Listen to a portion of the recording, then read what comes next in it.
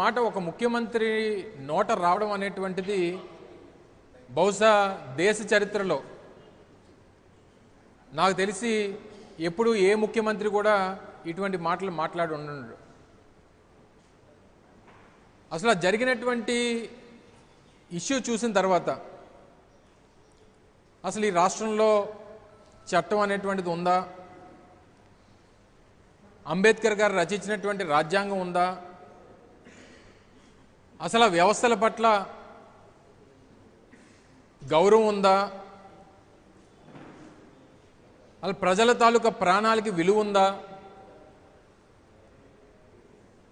రాష్ట్రంలో ప్రజలకు ఏదన్నా కష్టం వస్తే ఆపద వస్తే ఆదుకోవాల్సినటువంటి పోలీస్ వ్యవస్థే ఈరోజు ఈ స్థాయికి దిగజారిపోతే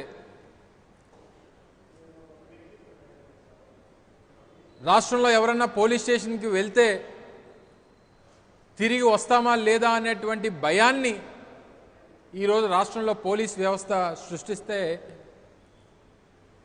రాష్ట్ర ప్రజలు ఏమైపోవాలి అనేటువంటిది ఈ సందర్భంగా అడుగుతా ఉన్నా. పైపెచ్చు దాని మీద చర్యలు తీసుకోవాల్సినటువంటి ముఖ్యమంత్రి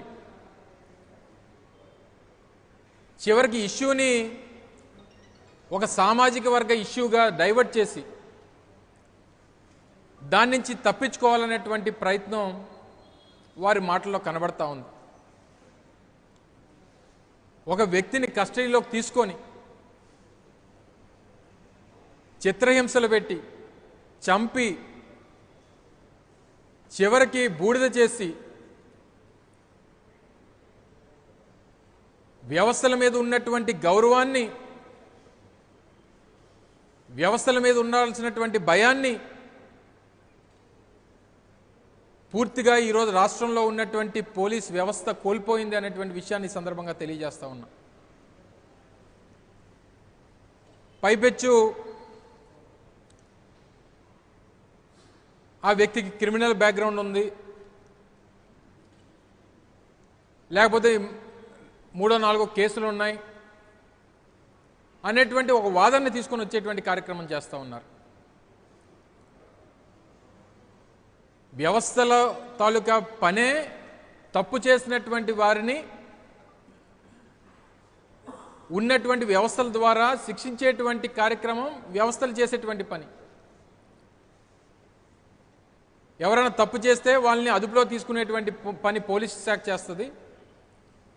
తప్పు చేసినటువంటి దాన్ని రుజువైతే దానికి శిక్ష వేసేటువంటి బాధ్యత న్యాయ వ్యవస్థ చేస్తుంది. ఇది భారతదేశంలో ఉన్నటువంటి ఆ ప్రజాస్వామ్యం మనకి ఇచ్చినటువంటి ఆ వ్యవస్థల తాలూకా పని. కానీ ఆంధ్రప్రదేశ్ రాష్ట్రంలో మాత్రం ఈరోజు జరిగినటువంటి సంఘటన బహుశా దేశ చరిత్రలో స్వతంత్రం వచ్చిన తర్వాత ఏ రాష్ట్రంలో ఎక్కడా కూడా జరుగుండదు అనేటువంటి విషయాన్ని తెలియజేస్తా ఉంది. దాదాపు 4 దశాబ్దాల క్రితం కేరళ రాష్ట్రంలో సీనియర్ ముఖ్యమంత్రిగా పనిచేసినటువంటి కరుణాకరన్ గారు వారి హయాంలో ఒక వ్యక్తి ఈ రకంగానే కస్టడీ నుంచి మిస్ అయిపోతే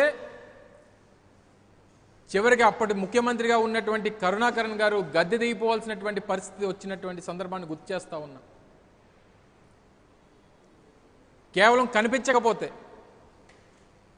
కానీ ఈరోజు కనిపించినటువంటి ఆ వ్యక్తిని కస్టడీలోకి తీసుకొని వచ్చి చంపి బూడిద చేసినా సరే ముఖ్యమంత్రి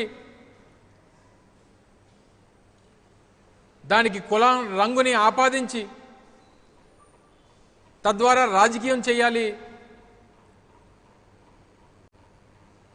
తనతో పాటు ఉన్నటువంటి రాజకీయ పార్టీల్ని ఆ రంగంలోకి దించి సబ్జెక్ట్ని అంతటినీ కూడా డీవియేట్ చేసేటువంటి కార్యక్రమం గడిచినటువంటి 3-4 రోజులుగా చూస్తూ ఉన్నాం. ఒక చిన్న ఇన్సిడెంట్ జరిగితే మీరు కూడా పత్రికా మిత్రులు చాలామంది ఉన్నారు, మీడియా సోదరులు చాలామంది ఉన్నారు, చాలా కేసెస్ చూస్తుంటాం రోజు. ఎక్కడన్నా ఒక చిన్న కేసు జరిగితేనో, ఎక్కడ గంజాయి దొరికితేనో, లేదా ఎక్కడన్నా అటెంప్ట్ మర్డర్ జరిగితేనో, ఇంకొకటి జరిగితేనో వెంటనే స్థానికంగా ఉన్నటువంటి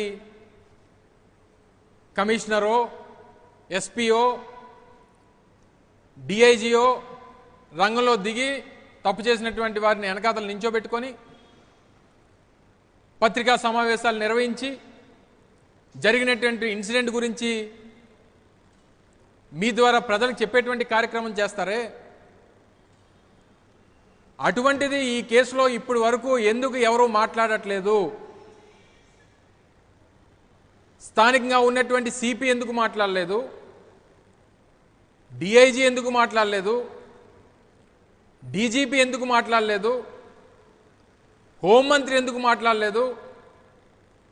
చివరికి అన్ని శాఖలు చూసేటువంటి ముఖ్యమంత్రి కొడుకు ఎందుకు మాట్లాడట్లేదు? మాట్లాడాల్సినటువంటి ముఖ్యమంత్రి కులాన్ని తీసుకొని వచ్చి ఆపాదించి ఎందుకు మాట్లాడుతున్నాడు అనేటువంటి విషయాన్ని ఈ సందర్భంగా అడుగుతా ఉన్నాను.